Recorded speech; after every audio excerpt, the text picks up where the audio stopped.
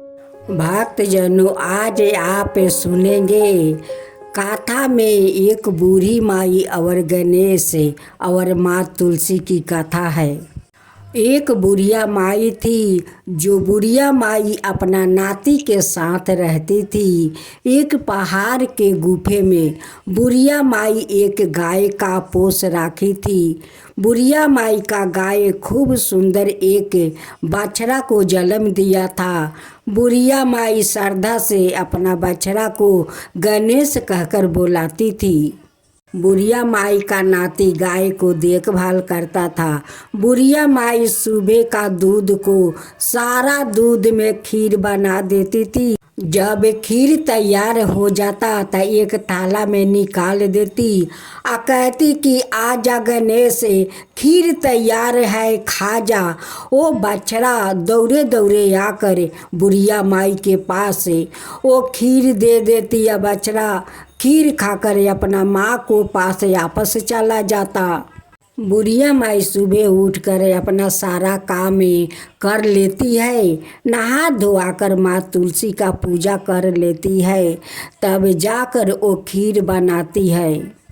उसी समय गणेश भगवान माता पार्वती के साथ उसी पहाड़ के ऊपर घूम रहे थे। बुढ़िया माई खीर बनाकर थाला में निकाल देती है और अपना गणेश को बुलाती है। कहती है कि आजा गणेश, खीर तैयार है, खा जा। गणेश को लगा कि इस बुढ़िया माई मुझे बुलाती है। गणेश अपना माता से कहते हैं कि माँ, तुम आगे चलो, मैं आता हूँ। उसी समय गणेश भगवान एक बूढ़ा का भेष धारण करते हैं। एक काख में झोली झूला लेते हैं और झोला लेकर हाथ में लाठी लेकर उस बुढ़िया के पास जाते हैं। जाकर देखते हैं कि बुढ़िया माई तो खीर बना कर राखी है और अपना बछड़ा के नाम गणेश राखी है। इस बछड़ा को गणेश कहकर बुलाती है और बछड़ा दौड़े दौड़े आकर खीर खाकर चला जाता है। खीर का गंध इतना अच्छा है तो खाने में कितना स्वादिष्ट होगा। बुढ़िया माई का काम करते हुए देखकर तुलसी माता का बुढ़िया माई पर बहुत दया आ जाता। वो कहने लगती कि बुढ़िया माई सुबह उठ कर हमारा पूजा करती है, इतना सेवा करती है, गाय को खीर बनाकर खिलाती है, इतना सारा काम अकेले करती है, क्यों ना मैं आकर इनकी सारे काम कर दूं। एक दिन माँ तुलसी सुबह आती है और बुढ़िया माई सो रही थी। उसी समय सारा काम करके चली जाती है। जब बुढ़िया माई का अंगी टूटा तो वो देखती है कि मेरे घर के तो सारा काम हो चुका है, आए कौन आकर कर जाता है। लगता है मेरे नाती ये सारे काम कर लेता है। नाती से कहती है कि बेटा, तू तो आज बहुत सुबह सुबह उठ गया और घर के सारा काम कर लिया। नाती कहता है कि नहीं नानी माँ, मैं तो अभी अभी उठी हूँ, मैं घर के काम कहाँ किया, नहीं किया। भेष रूपी गणेश जी कहते हैं कि ये तो काम आकर तुलसी कर जाती है।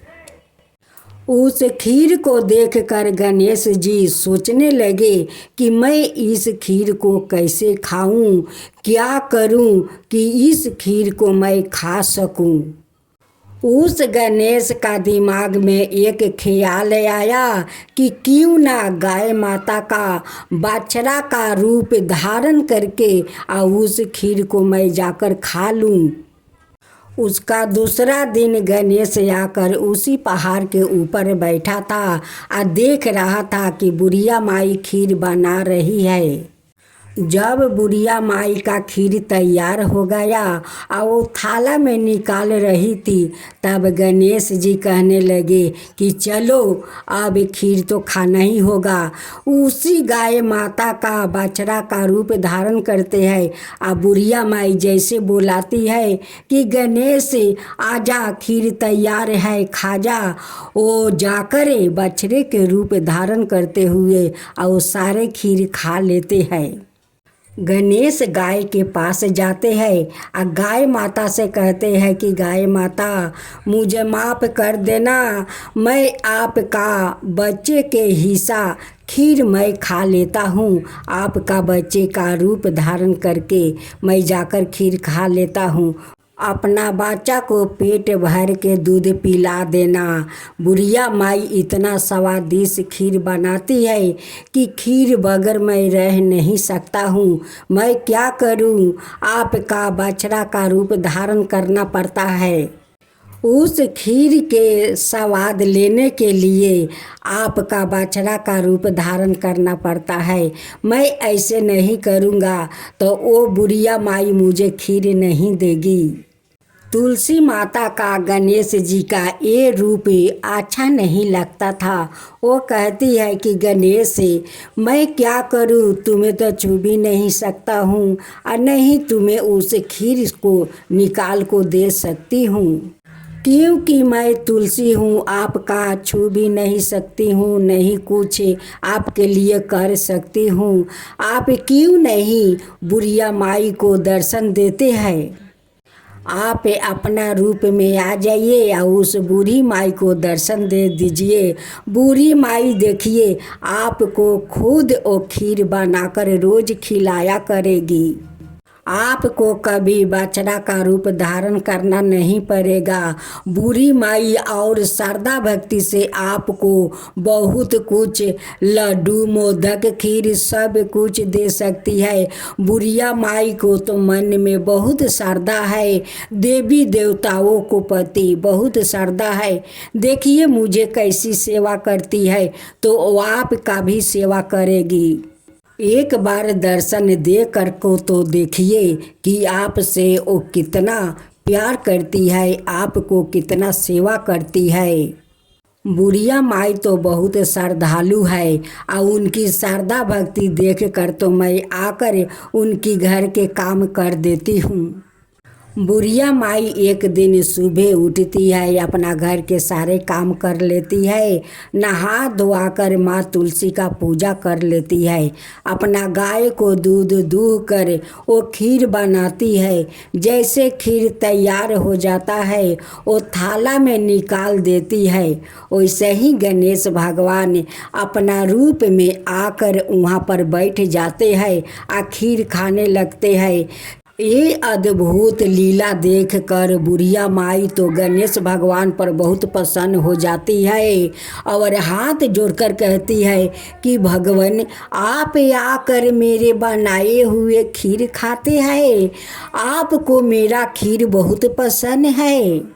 हे गणेश भगवान, अगर आपको मेरे बनाए हुए खीर इतना स्वादिष्ट लगता है तो मैं रोज़ आपके लिए खीर बनाऊंगी, आपको परोस कर रोज़ खिलाऊंगी और रोज़ ऐसे ही आप आकर मुझे दर्शन देते रहिएगा। अब तो बुढ़िया माई गणेश भगवान के भी भक्त बन गई। उन्हें रोज खीर बनाकर भोग लगाने लगी।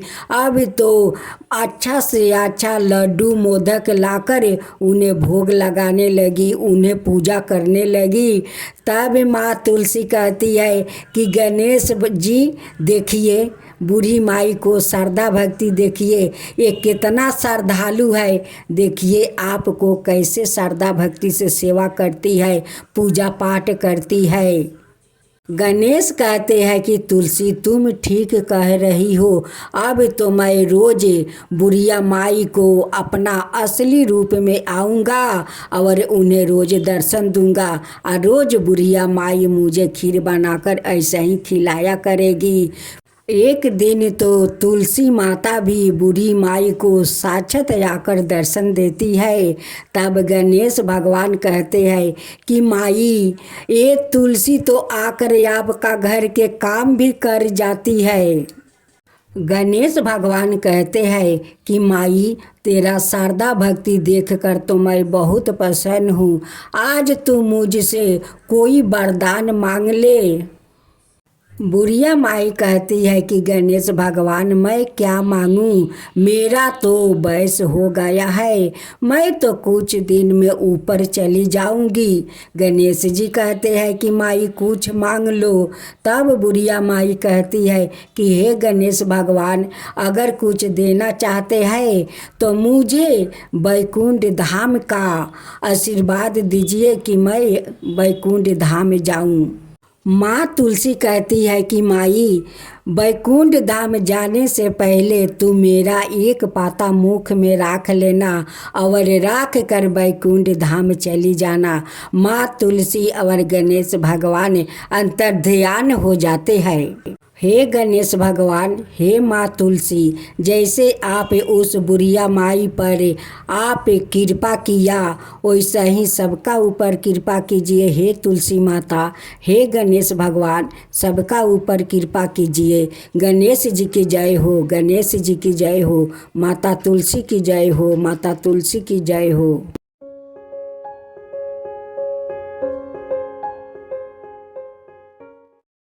भक्त जनों, आज आप सुनेंगे माँ तुलसी या एक औरत की दुख भरी कहानी और उसकी साथ गाय माता। एक झूमा नाम की औरत थी। उनकी एक ही बेटी थी, सुमन। सुमन के माता पिता कहने लगे कि हम लोग का एकलौती बेटी है तो अच्छा घर द्वार देखकर हम लोग शादी देंगे। सुमन बड़ी हो गई थी। एक दिन उनकी माता पिता कहते हैं कि हम लोग का घर बर खोजना शुरू कर देना चाहिए, हम लोग का बेटी तो बड़ी हो गई है। माता पिता दोनों मिलकर अच्छे से अच्छे घर द्वार देखते हैं और अपना सुमन को बहुत धूमधाम से शादी दे देती है। सुमन तो माँ तुलसी का भक्त थी। सुमन का माँ दहेज में एक खूब सुंदर गाय दी थी। सुमन सुबह उठ कर काम धंधा कर लेती है, माँ तुलसी का पूजा कर लेती है। गाय माता को सुबह उठकर गोवाला साफ कर देती है, उन्हें चारा खिला देती है, फिर अपना काम में लग जाती है। सुमन ने अपना पति के साथ खुशी से 1 साल तक रही। सुमन माँ बन जाती है। कुछ दिन का बाद उनकी एक संतान को जन्म देती है। सुमन का पति कोई काम धंधा नहीं कर रहे थे और न ही अपना बच्चा को पकड़ते थे। सुमन ने अपना सासू माँ से कहती है कि जब से आपका घर में आई हूँ तब से देखती हूँ कि आपका बेटा कोई काम धंधा तो कर नहीं रहे हैं, सारा दिन घर में बैठे बैठे रोटी तुरते हैं। आपका बेटा तो निकम्मा है, कोई काम करना तो चाहता नहीं है। सासू माँ कहती है कि मेरा बेटा निकम्मा है तो तेरा माता पिता क्यों मेरे बेटे के साथ तुझे शादी दिया। अगर मेरा माता पिता को पता रहता कि आपका बेटा निकम्मा है तो मेरा माता पिता आपका घर में कभी शादी नहीं देते। सुमन को घर से निकाल देती है, अपना बेटा को दूसरा विवाह करवा देती है। सुमन अकेली घर में पड़ गई। अब इधर अपना बच्चा को संभालती थी, उधर गाय माता को संभालती थी, उधर तुलसी माँ को पूजा करती थी। सुमन अकेले काम करते करते परेशान हो जाती है। गाय माता से कहती है, माँ मैं सुबह उठती हूँ, घर आंगन करती हूँ, नहा धोआ कर तुलसी का पूजा करती हूँ, तुम्हें स्नान कराती हूँ, चारा खिलाती हूँ, यही करते करते मेरा समय निकल जाता है तो तेरा दूध कैसे दूँ माँ। सुमन का रोज का नियम था, पहला खाना बनाकर अपना गौ माता को खिला देती, तब जाकर वो खुद खाना खाती। सुबह उठकर सुमन अपना गाय का बथान साफ करती, गाय को चारा डाल देती, तब आकर अपना घर के सारा काम कर लेती, नहा धोआकर माँ तुलसी का पूजा करती। पूजा करने के बाद अपना गाय को दूध दूह कर घर घर देने चली जाती। जब सुमन का बेटा उठकर रोने लगता उस झूला में, माँ तुलसी आकर उस बच्चा को झूले में झूलाती।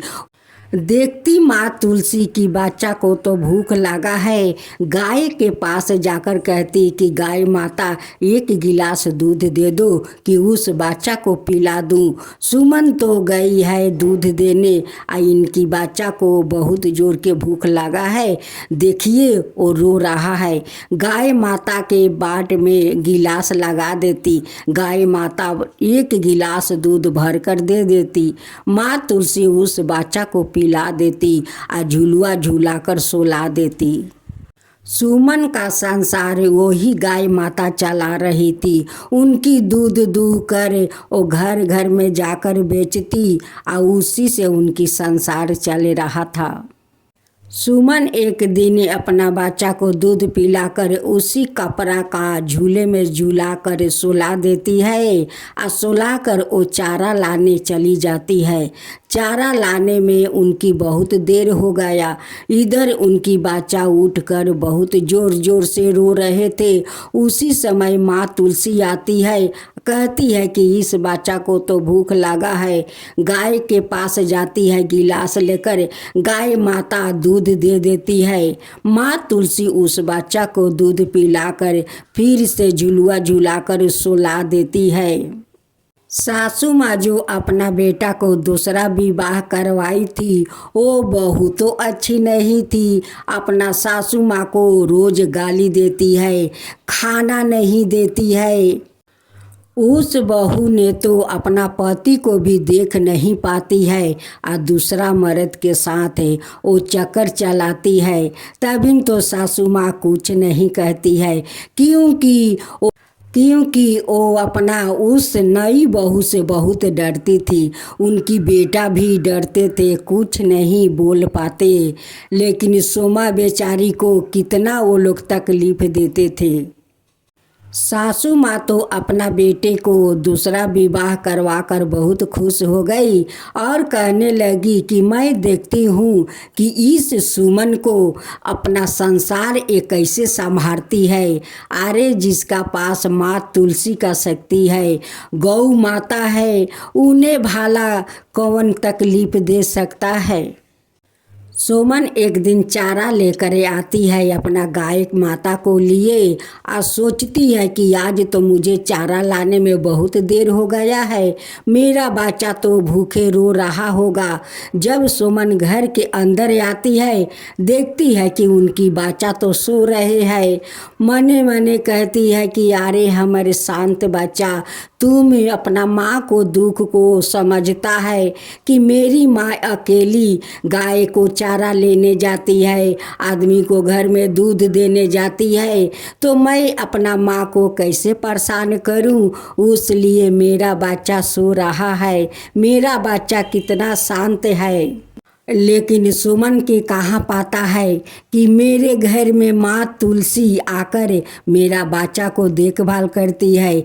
गाय माता अपना दूध देती है, माँ तुलसी उनकी बच्चा को दूध पिला देती है, झुलुआ झुलाकर सुलाकर चली जाती है। सुमन को तो ये पता नहीं था। एक दिन सुमन खूब सुबह उठती है, उठकर अपना गाय को बथान साफा कर लेती है। करने के बाद उन्हें चारा देती है, आकर जल्दी जल्दी घर के काम ख़त्म कर लेती है। अपना बच्चा को वो दूध पिलाकर झूले में झूला देती है। नहा धोआकर माँ तुलसी का पूजा कर लेती है। तब जाकर वो बाजार जाती है कि जाऊं बाजार से कुछ राशन पानी लाऊं और गाय माता के लिए कुछ दाना लाऊं। सुमन का पति एक दिन अफसोस कर रहा था कि मैं दूसरा विवाह करके मैं कितना गलती किया हूँ। मेरा तो पहले वाली सुमन पत्नी बहुत अच्छी थी, इस बार मैं शादी करके मैं बर्बादी हो गया हूँ। सुमन एक दिन बाजार से आकर जल्दी जल्दी खाना बना रही थी। गौ माता देखती है कि ये सुमन तो बहुत परेशान है, बाजार से आकर जल्दी जल्दी खाना बनाती है। गाय माता दरवाजे के पास आकर अपना दूध देने लगती है। सुमन एक हाथे रोटी बनाती है और दूसरा हाथे गाय का बाल्टी में दूध लेती है। उसी समय उनकी बच्चा बहुत रो रहे थे। अब तो माँ तुलसी देखती है कि उनकी बच्चा तो उस झूले से गिर जाएगा। माँ तुलसी आकर उनकी बच्चा को बचा लेते हैं। सुमन दूध लेती है, रोटी बनाती है। सुमन का पति खिड़की के सामने आकर देख रहा था कि सुमन अकेली अपना घर संभाल ली है। बेचारी अकेली कितना परेशान होती है। एक हाथे खाना बनाती है, दूसरे हाथे गाय माता को दूध लेती है। इनकी गाय माता कितनी अच्छी है कि दूध दूहना नहीं पड़ता है। गाय माता खुद भाषा से दूध छोड़ देती है और सुमन बाल्टी में ले लेती है। ये सब देख कर उनके पति को बहुत अफसोस हो रहा था। उसी खिड़की के पास से सुमन का पति सुमन से बार बार वो माफ़ी मांग रहा था कि मुझे माफ़ कर दो, मैं बहुत गलती किया है तुम्हें छोड़कर। मैं आज दूसरा ब्याह करके मैं बर्बादी हो गया हूँ। मुझे माफ़ कर दो सुमन, माफ़ कर दो। मुझे गलती का आभास हो गया है सुमन। मैं अब खुद बाहर जाकर कमाऊंगा, बहुत सारा पैसा लाकर तुम्हें दूंगा। मुझे माफ़ कर दो सुमन, माफ़ कर दो। सुमन कहती है कि जब तुम माँ बेटा मिलकर मुझे छोड़ दिया तभी तुम तो क्षमा नहीं मांगा, तभी तो तुम नहीं बोला कि मैं बाहर जाकर अब काम करूँगा, तुम्हें पैसा लाकर दूँगा, तभी तो तुम नहीं बोला। क्या आपका आदुरी पत्नी अब आदर नहीं करती है, प्यार नहीं करती है, अपना सासू माँ को आरती नहीं उतारती है? जाओ उसी के पास जाओ जो पत्नी तुम्हें प्यार करती है। क्या अब तुम मेरे परेशानी पर नमक छिड़कने आए हो? सुमन का पति कहता है कि नहीं नहीं सुमन, मैं सच बोलता हूँ, मैं तुम्हारे साथ रहना चाहता हूँ, मैं अपना परिवार के साथ रहना चाहता हूँ। वो मेरा पत्नी नहीं है, वो कोई मेरा नहीं है। मुझे माफ़ कर दो सुमन, मुझे माफ़ कर दो। तुम मुझे अपना लो सुमन, अपना लो। माँ तुलसी ये सारे बात सुनकर वहाँ पर साक्षात प्रकट हो जाती है और सुमन से कहती है कि सुमन, जब तुम्हारा पति इतना माफ़ी पर माफ़ी मांग रहा है तो तुम्हें उसे माफ़ कर देना चाहिए। सुमन का पति का भी माँ तुलसी का दर्शन हो जाता है।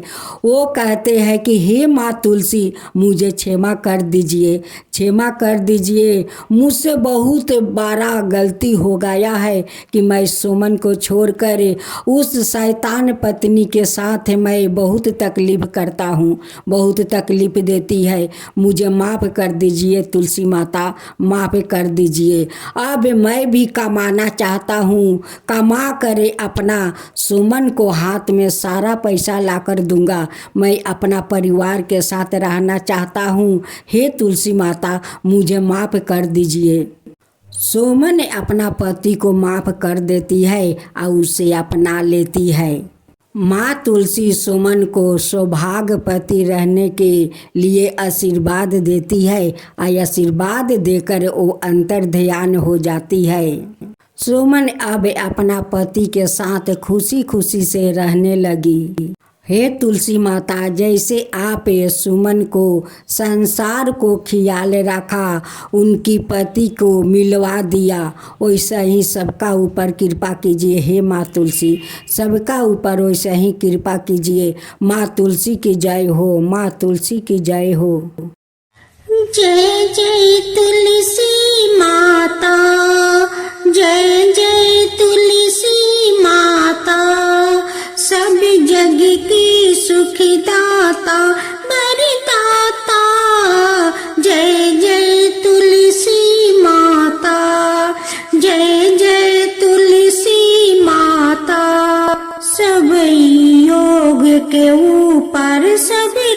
के ऊपर रुझ से राछा करके भाव तराता।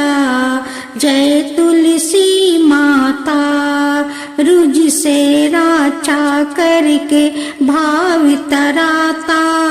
जय तुलसी माता। बाहु पुत्री है सायामा, सुरबली है गारामा। विष्णु प्रिया जो तुम के सेवे, सो नर तर जाता। जय जय जय तुलसी माता, जय जय जय तुलसी माता। हरि कैसी सभी राजते, त्रिभुवन से हो बनती थी। पतिति जनों की तारानी, तुम्हें हो भी खाता। जय जय तुलसी माता, जय जय तुलसी माता। लेकर जन्म बिजन में आई, दिव्य भवन में मानव लोगी तुम्हीं से सुख सनपति पाता। मानव लोगी तुम्हीं से सुख सनपति पाता। जय जय तुलसी माता, जय जय तुलसी माता।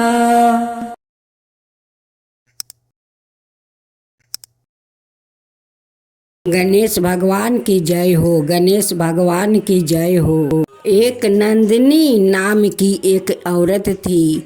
उनकी बेटा बहू तो थे, लेकिन वो सभी लोग परदेश रहते थे। नंदिनी माई गणेश भगवान का बहुत बड़ा भक्त थी। वो घर का सारा अकेले ही काम करती थी। काम करने के बाद वो बाजार जाती। बाजार से अच्छे मोदक और लड्डू खरीद कर ले आती थी अपना गणेश जी को भोग लगाने के लिए। एक दिन गणेश भगवान को नंदिनी माई को तकलीफ देखा नहीं गया। वो सोचने लगे कि नंदिनी माई मेरे लिए बाजार जाती है और दुकान से सबसे अच्छे मोदक और लड्डू खरीद कर ले आती है। मुझे अच्छे से सेवा करती है, मुझे भोग लगाती है, आरती गाती है। गणेश भगवान सोचने लगे कि क्यों ना नंदिनी माई का घर जाकर उनके साथ कुछ मैं भी काम कर देता हूँ। गणेश भगवान एक बालक का रूप धरते हैं और नंदिनी माई का घर जाते हैं और नंदिनी माई से कहते हैं कि नंदिनी माई तू अकेले इतना सारा काम करती है, फिर बाजार जाती है, अच्छे से अच्छे लड्डू मोदक खरीद कर ले आती है और गणेश भगवान को भोग लगाती है। तू गणेश भगवान से बहुत प्यार करती है। नंदिनी माई कहती है कि हाँ बेटा, वही गणेश तो मेरा एक सहारा है, उनकी सहारा तो आज मैं हूँ। नंदिनी माई के उठने से पहले गणेश जी उठकर सारा घर के काम कर लेते हैं। करने के बाद नंदिनी माई को उठाते हैं। कहते हैं कि नंदिनी माई देखो कितना समय हो गया है, तुम अभी तक सो रही हो। नंदिनी माई कहने लगी कि बेटा ना जाने मुझे आज इतनी नींद कहाँ से आ गया।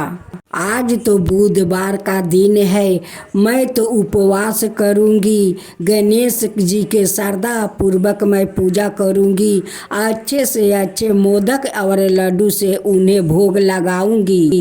तब गणेश जी कहने लगे कि अच्छा नंदिनी माई, तुम जो गणेश को इतना सेवा करती हो, उनकी मन पसंद का मोदक लड्डू लिया कर भोग लगाती हो, तो तुम्हें गणेश जी कभी दर्शन दिए थे? नंदिनी माई कहती है कि नहीं बेटा, अभी तक तो नहीं। नंदिनी माई कहती है कि बेटा आज तो बुधवार है, मुझे तो मंदिर जाना होगा, गणेश जी का भोग लगाना होगा, उनकी आरती करना होगा। मैं घर के जल्दी जल्दी काम कर लेती हूँ। गणेश जी कहने लगे कि चल माई, मैं भी तुम्हारे साथ मैं काम में हाथ बटा देता हूँ। गणेश जी नंदिनी के साथ जल्दी जल्दी काम कर लेते हैं। एक रिक्शा ले आते हैं और कहते हैं कि नंदिनी माई इस रिक्शा पर बैठो, हम लोग जल्दी गणेश का मंदिर पहुंच जाएंगे। गणेश भगवान जैसे उस नंदिनी माई को लेकर अपना मंदिर का सीढ़िया तक पहुँचे, वैसे दो बूढ़ी अपना झोपड़ी से आती है और कहती है कि इस बुढ़िया को भाग्य कितना अच्छा है कि गणेश भगवान सवाए रिक्शा पर बैठाकर अपना मंदिर लेकर आए हैं। दोनों बूढ़ी औरत गणेश जी का दर्शन के लिए बहुत लालायित थी। वो हमेशा मंदिर जाती है लेकिन गणेश जी को दर्शन नहीं कर पाती है।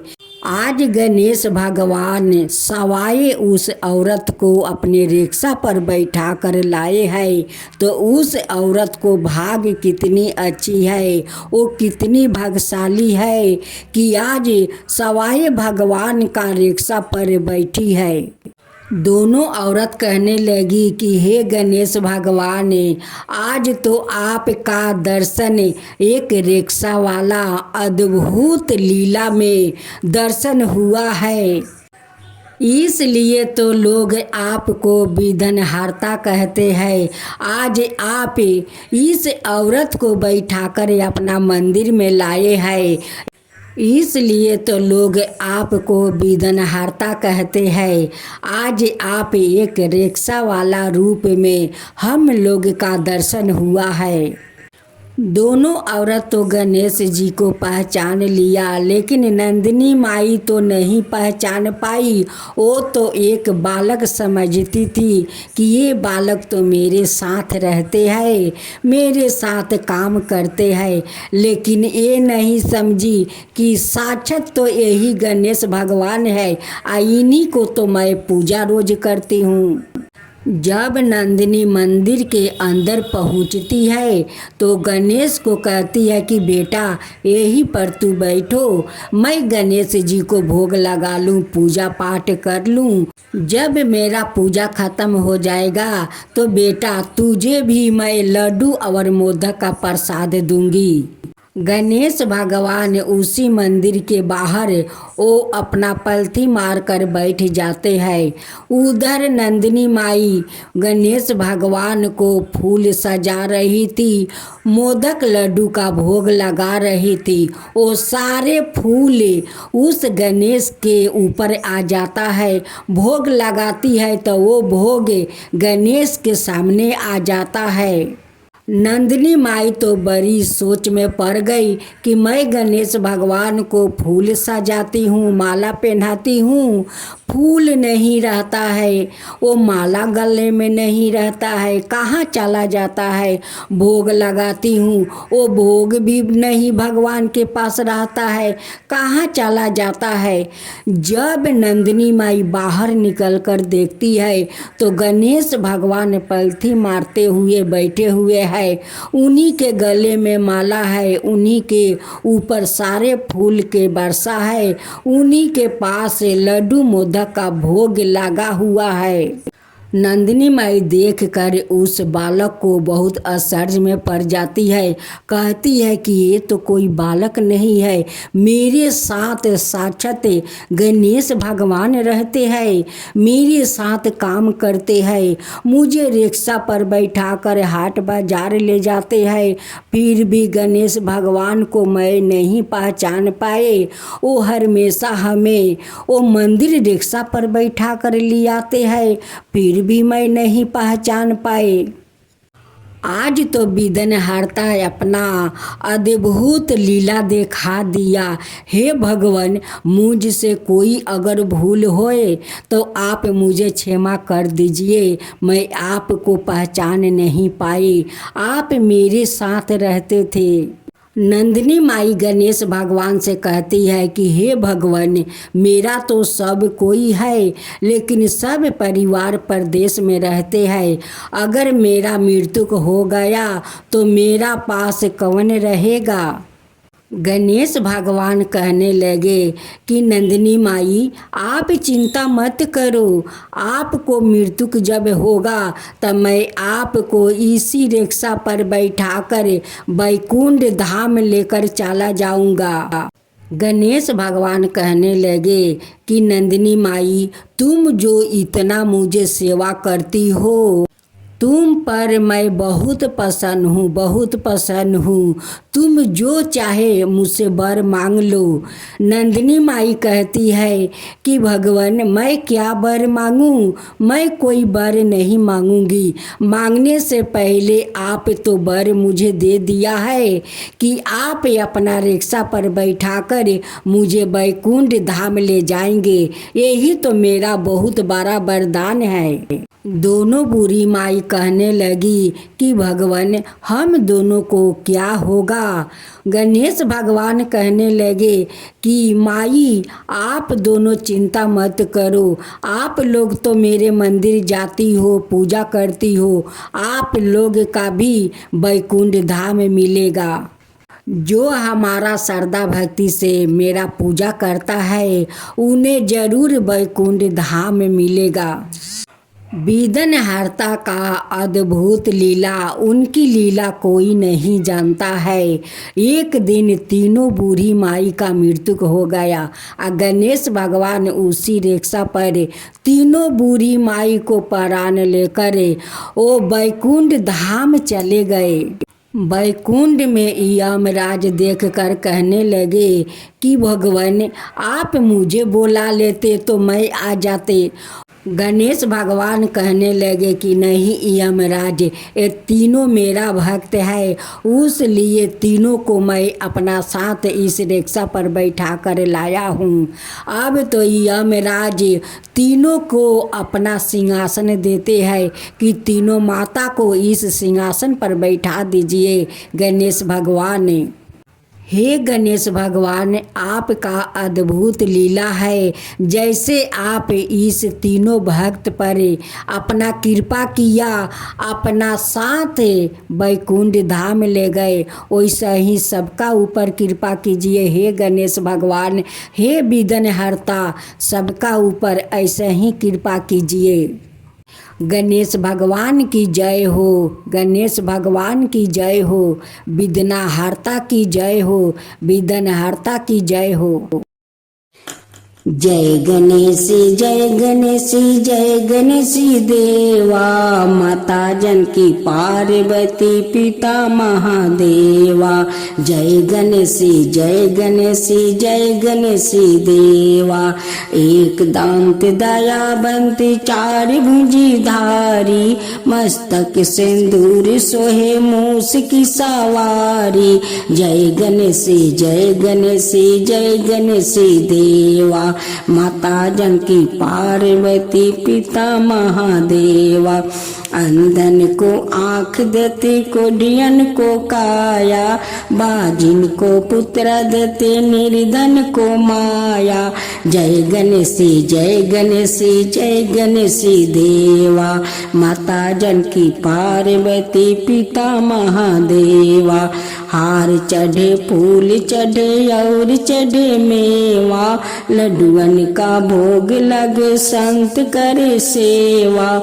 जय गणेश, जय गणेश, जय गणेश देवा। दीनन की लाज रखो, सुबह सुतिवारी, कमना का पूरा करो, जग बलिहारी। जय गणेश, जय गणेश, जय गणेश देवा। सूर्य सायं शरण आए, सफल की जो सेवा। जय गणेश, जय गणेश, जय गणेश देवा, माता जानकी पार्वती पिता महादेवा। जय गणेश, जय गणेश, जय गणेश देवा, माता जानकी पार्वती पिता महादेवा। यमराज भगवान की जय हो, यमराज भगवान की जय हो। एक महिला से यमराज ने कहा कि मैं तुम्हारे प्राण लेने आया हूँ, मैं तुम्हारा थोड़ा समय देता हूँ। अपनी किस्मत बदलने के लिए इस पुस्तक में जो चाहे लिख दो, वो ही हो जाएगा। महिला ने पुस्तक में देखा तो वह लिखा था, तुम्हारी सहेली को खजाना मिलने वाली है। इसके बाद क्या हुआ? एक महिला को यमराज मिले, लेकिन वो उन्हें पहचान नहीं सकी। उसने यमराज को पानी पिलाया। इसके बाद यमराज ने महिला से कहा कि मैं तुम्हारे प्राण लेने आया हूँ, लेकिन तुमने मुझे पानी पीने के लिए दिया, इस कारण मैं तुमसे खुश हूँ। तुम्हें एक अवसर देता हूँ, तुम अपना भाग्य बदल सकती हो। या कहकर यमराज ने एक पुस्तक महिला को दे दिया और कहा कि इस पुस्तक में तुम्हारे नाम का एक दृष्टि है, वहाँ तुम अपने लिए जो चाहती हो वो लिख सकती हो। जैसा लिखोगी वैसा ही होगा। महिला ने पुस्तक हाथ में ली और जैसे ही उसे खोला तो उसमें लिखा था कि तुम्हारी सहेली को खजाना मिलने वाला है। महिला ने वहाँ लिख दिया कि उसे खजाना ना मिले। अगला पोस्टर खोला तो उस पर लिखा था कि तुम्हारी पड़ोसी का पति राजा का मंत्री बनने वाला है। महिला ने वहाँ लिख दिया कि वो मंत्री ना बने। कुछ ही देर में उसे अपने नाम का पृष्ठ मिला। वो खुद के लिए अच्छा लिखने के लिए सोचने लगी, लेकिन जैसे ही वो लिखने वाली थी, यमराज ने पुस्तक के ली।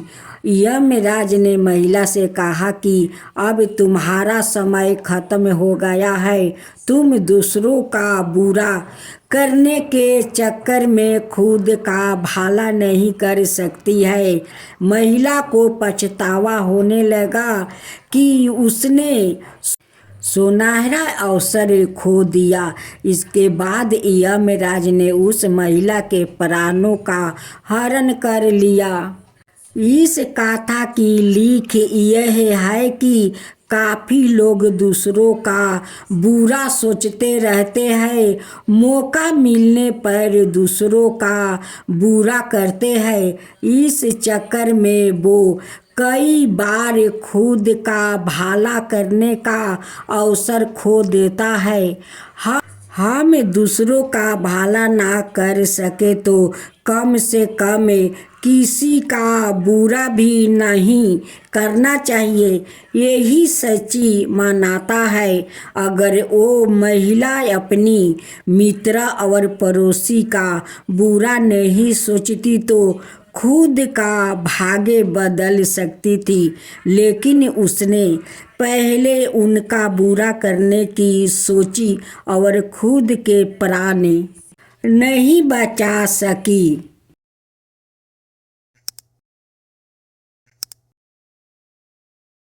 गणेश भगवान की जय हो। गणेश भगवान की जय हो। सभी धार्मिक कार्यों और पूजा पाठ में सर्वप्रथम गणेश जी की पूजा की जाती है। गणेश जी को सभी देवताओं में प्रथम पूज्य माना गया है। गणेश जी की पूजा के बगैर कोई भी शुभ कार्य प्रारंभ नहीं किया जाता। गणेश जी को शुभ लाभ के दाता और रिद्धि सिद्धि का स्वामी माना जाता है। गणेश जी को यही प्रथम पूज्य युग के माना गया है। इससे संबंधित कुछ कथाएं धर्म ग्रंथों में वर्णित है जो इस प्रकार के है। पूर्व काल में एक बार देवताओं ने माता पार्वती को अमृत से तैयार किया हुआ एक मोदक दिया, जिसे देख कर उनके दोनों बालक कार्तिकेय और गणेश माता से मोदक मांगने लगे। तब माता पार्वती ने उनकी वृद्धि को परखाने के उद्देश्य से मोदक के महत्व का वर्णन करते हुए उसने कहा कि तुम में से जो धर्मचरण के द्वार श्रेष्ठता प्राप्त करके सर्वप्रथम सभी तीर्थों का वर्णन कर आएगा, उसी का मैं यह मोदक दूंगी। माता की ऐसी बात सुनकर कार्तिकेय अपने वाहन मयूर पर सवार होकर शीघ्रता से चल दिए। इधर गणेश जी का वाहन मूषक होने से वो सोच में पड़ गया कि मेरा वाहन तो मूषक है, मैं अपने बड़े भाई से पहले नहीं जा सकता। तब गणेश जी ने श्रद्धापूर्वक अपने माता पिता की परिक्रमा करके उनके सामने हाथ जोड़कर खड़े हो गए। यह देखकर माता पार्वती और पिता शंकर भगवान ने मन ही मन गणेश जी की बुद्धि की प्रशंसा करते हुए उन्हें अपने गले से लगा लिया। उधर कार्तिकेय जी अपने वाहन से जल्दी जल्दी सभी तीर्थों का भ्रमण करते खुश होते हुए दिन भर में वापस आ गए। उन्होंने देखा कि गणेश तो पहले से ही माता पिता के पास बैठे हुए हैं।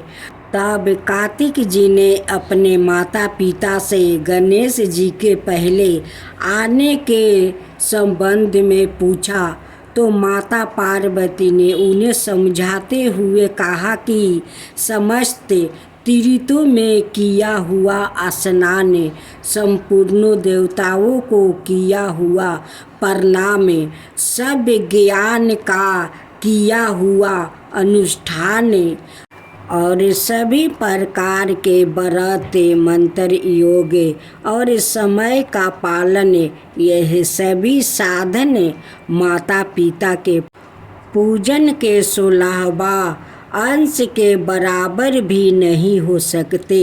इसलिए यह गणेश से सैकड़ों पुत्रा से कंडो गणेश से भी बढ़ कर है। इसलिए यह मोदक मैं गणेश को ही अर्पित करती हूँ और माता पिता की भक्ति के कारण ही इसकी प्रत्येक जग में सबसे पहले पूजा होगी और इस प्रकार सभी से प्रत्येक धार्मिक अनुष्ठान में गणेश जी को सर्वप्रथम पूजा जाता है। चौठ माता की जय हो, चौठ माता की जय हो। एक सेठ सेठानी थी, उनके एक बेटा और बहू थी। बहू सबको भोजन करवा के फिर सवाए भोजन करती थी। एक पड़ोसिन ऐसी भी थी जो रोज पूछती कि बहू आज क्या बनाया खाया है। बहू कहती, हे पड़ोसिन ठंडो बासी। एक दिन उसके पति ने ऐसा सुनकर विचार किया कि आज तो पकवान बनाया जाए, फिर देखती हूँ कि मेरी पत्नी क्या कहती है। उसने तरह तरह के पकवान बनवाया और घर के सभी लोग ने एक साथ बैठकर भोजन किया। आज भी पड़ोसिन ने पूछा तो बहू ने कहा, पड़ोसिन ठंडो बासी।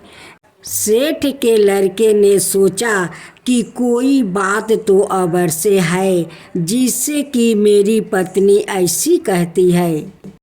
उसने अपनी पत्नी से पूछा, तुम रोज ठंडो बासी क्यों कहती हो? क्यों तुम बासी खाती हो? ऐसे क्यों कहती हो? जब कि अपना सबने एक साथ बैठकर कई तरह के पकवान खाए। उसकी पत्नी बोली, आपने जो खा रहे हैं वो बाप बूढ़े की कमाई है। जिस दिन आप काम करके लाओगे उस दिन मैं समझूंगी कि ताज़ा भोजन कर रही हूँ। अब एक दिन लड़के ने माँ से कहा, मैं एक बार शहर में कमाई करने जा रहा हूँ। माँ बोली, बेटा अपने पास इतना धन है कि खाया नहीं जा सकेगा। माँ के माना करने पर भी बेटे ने सवाए कमाने का मन बना लिया और जाते समय पत्नी से कहा, मैं जब तक कमाकर बहुत सा धन लेकर ना आऊं तुम चूल्हे की आग मत बुझाने देना। एक दिन चूल्हे की आग बुझ गई तो वो मन ही मन घबराने लगी, कहीं मेरे पति पर संकट तो नहीं आन पड़ा। जल्दी से पड़ोस में से आग लाकर चूल्हे में राख देती है। ऐसा विचार करके पड़ोस में गई। वहाँ पड़ोसिन ने चौठ माता का व्रत पूजन कर रही थी। पड़ोसिन ने कहा, थोड़ी देर में आकर ले जाना। बहू ने पड़ोसिन से पूछा, आप यह व्रत क्यों करती है? इससे क्या मिलता है? पड़ोसिन ने कहा, चौठ माता के इस व्रत को करने से अन्न लक्ष्मी मिले और अपनी मनोकामना पूरी होता है। अब बहू भी चौठ माता का व्रत करने लगी। दीवार पर चौठ माता बनाई। उस दिन घी गुड़ का चूरमा बनाकर रात्रि को चंद्रमा को अर्घ देकर भोजन करती है। ऐसा करते करते बहू दिन हो गया। चौठ माता ने उस बहू के पति को सपना दिया कि साहूकार का बेटा तू जागे कि सोए, तेरी पत्नी बहुत याद कर रही है। घर जाकर उसकी चिंता मिटाओ। तू दुकान खोल कर कंकु केसर का पगला बन के बैठ जाना। आज तेरा हिसाब किताब चुकता हो जाएगा। अब तो चौठ माता ने जैसा कहा था वैसा ही हुआ था। उसने घर जाने की तैयारी की और गाड़ी भर के धन दौलत लेकर चल दिया। रास्ते में एक बड़ा सा काला नाग फन फैलाए बैठ गया और कहने लगा, आज तो मैं तुझे डांसूंगा, छोड़ूंगा नहीं। आज तेरी आहू पूरी हो गई है। सेठ ने लड़के से कहा, आज चौठ माता ने मुझे सपना दिया तो मैं पत्नी से मिलने घर जा रहा हूँ। वहाँ मेरी पत्नी बहुत चिंता कर रही है।